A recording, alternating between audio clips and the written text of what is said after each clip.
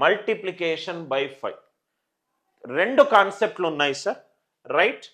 5 into even number, 5ని ఒక సరి సంఖ్యతోటి డివైడ్ చేస్తే ఏమవుతుంది? ఇంకోటి 5 into odd number, 5 into odd number. ఈ రెండే కాన్సెప్ట్లు ఉన్నాయి. 5 ఇంటూ సరి సంఖ్య, 5 ఇంటూ బేసి సంఖ్య. 5 ఇంటూ సరి సంఖ్య, 5 ఇంటూ బేసి సంఖ్య. లాజిక్ చూడండి సార్. 5 ఇంటూ 86, 5 ఇంటూ సరి సంఖ్య. 86ని 2 తోటి డివైడ్ చేస్తున్నా.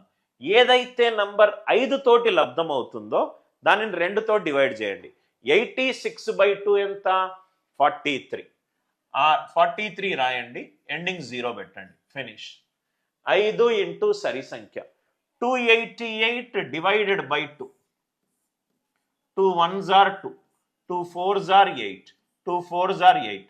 సరి సంఖ్య కదా సార్, ఎండింగ్ 0 పెట్టుకోండి. 1440. Are you all with me? సరి సంఖ్య.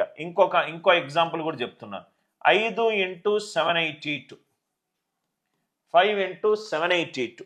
ఆన్సర్ ఎంత? 5 ఇంటూ సరి సంఖ్య. దీన్ని 2తో డివైడ్ చేసుకోండి. 2 39s are 78, 2 1s are 2, ending 0 పెట్టుకోండి. ఆన్సర్ ఎంత?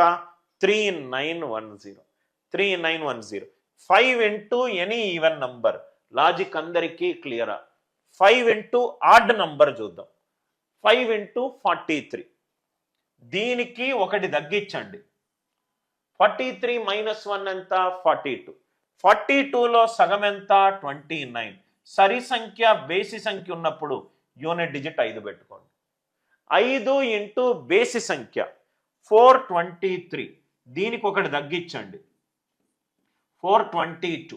422లో సగం ఎంత? 211. బేసి సంఖ్య కాబట్టి 5 తగిలించుకోండి. బేసి సంఖ్య కాబట్టి 5 తగిలించుకోండి. మళ్ళీ ఎక్స్ప్లెయిన్ చేస్తున్నాను చూడండి. రెండే కేసులు. 5 ఇంటూ బేసి సంఖ్య, 5 ఇంటూ సరి సంఖ్య. సరి సంఖ్య ఉందనుకోండి, దీనిని 2 తోటి డివైడ్ చేయండి. ఆ number with 0 at the end. 288 ఉందనుకోండి, దానిని 2 తోటి డివైడ్ చేయండి. Unit digit 0. అదే బేసి సంఖ్య ఉందనుకోండి, ఒకటి తగ్గించండి. 43 మైనస్ 1 ఎంత? 42. దాంట్లో సగం ఎంత? 21. బేసి సంఖ్య ఉన్నప్పుడు యూనిట్ డిజిట్ 5.